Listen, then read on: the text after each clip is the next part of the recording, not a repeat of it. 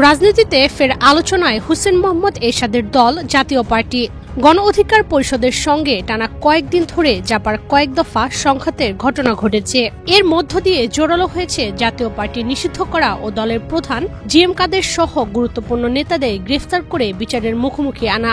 রোববার প্রধান উপদেষ্টার সঙ্গে বৈঠক শেষে জাপাকে নিষিদ্ধ করার পক্ষে অবস্থান জানিয়েছে জামায়াত। ইতোমধ্যে বিভিন্ন রাজনৈতিক দল এ ব্যাপারে অনেকটাই একাট্রা।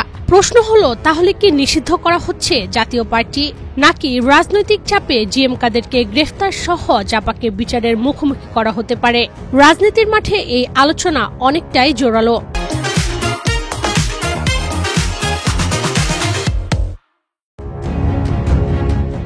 রোববার রাতে আয়োজিত সংবাদ সম্মেলনে দল নিষিদ্ধের আশঙ্কা প্রকাশ করেছেন জাতীয় পার্টির নবনিযুক্ত মহাসচিব ব্যারিস্টার শামীম হায়দার পাটোয়ারি নিজেই। তিনি স্পষ্ট করে বলেছেন, দলকে নিষিদ্ধ করার চক্রান্ত চলছে। এজন্য সারা দেশের নেতাকর্মীদের ঢাকায় আসার জন্য প্রস্তুত থাকারও বার্তা দিয়েছেন তিনি।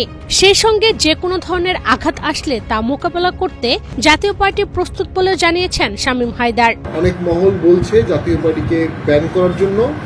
আমরা মনে করি আমরা কোনোভাবেই সন্ত্রাসবিরোধী কোনো কাজ কখনো করিনি। ওই আইনে বা বিশেষ ক্ষমতা আইনে আমাদেরকে ব্যান করা বা আমাদের কার্যক্রম নিষিদ্ধ করার কোনো আইনগত দাবি উঠতে পারে না।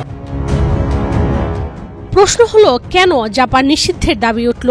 কি কারণেই বা জাতীয় পার্টিকে নিষিদ্ধ করার পক্ষে অনেক রাজনৈতিক দল?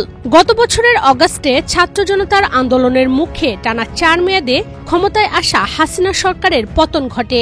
এরপর থেকেই স্বৈরাচারের দোসর হিসেবে জাতীয় পার্টিকে তকমা দেওয়া হয়। দাবি ওঠে আওয়ামী লীগের মতোই জাপাকে নিষিদ্ধ সহ কেন্দ্রীয় নেতাদের গ্রেফতার করার। সম্প্রতি এই ইস্যুতে ডাকসুর সাবেক ভিপি ও গণ অধিকার পরিষদের সভাপতি নুরুল হক নুরু সহ বিভিন্ন সংগঠনের সঙ্গে বেশ কয়েকবার জাপার ঝামেলা হয়। কয়েক দফা জাপা কার্যালয়ে হামলার ঘটনা ঘটে।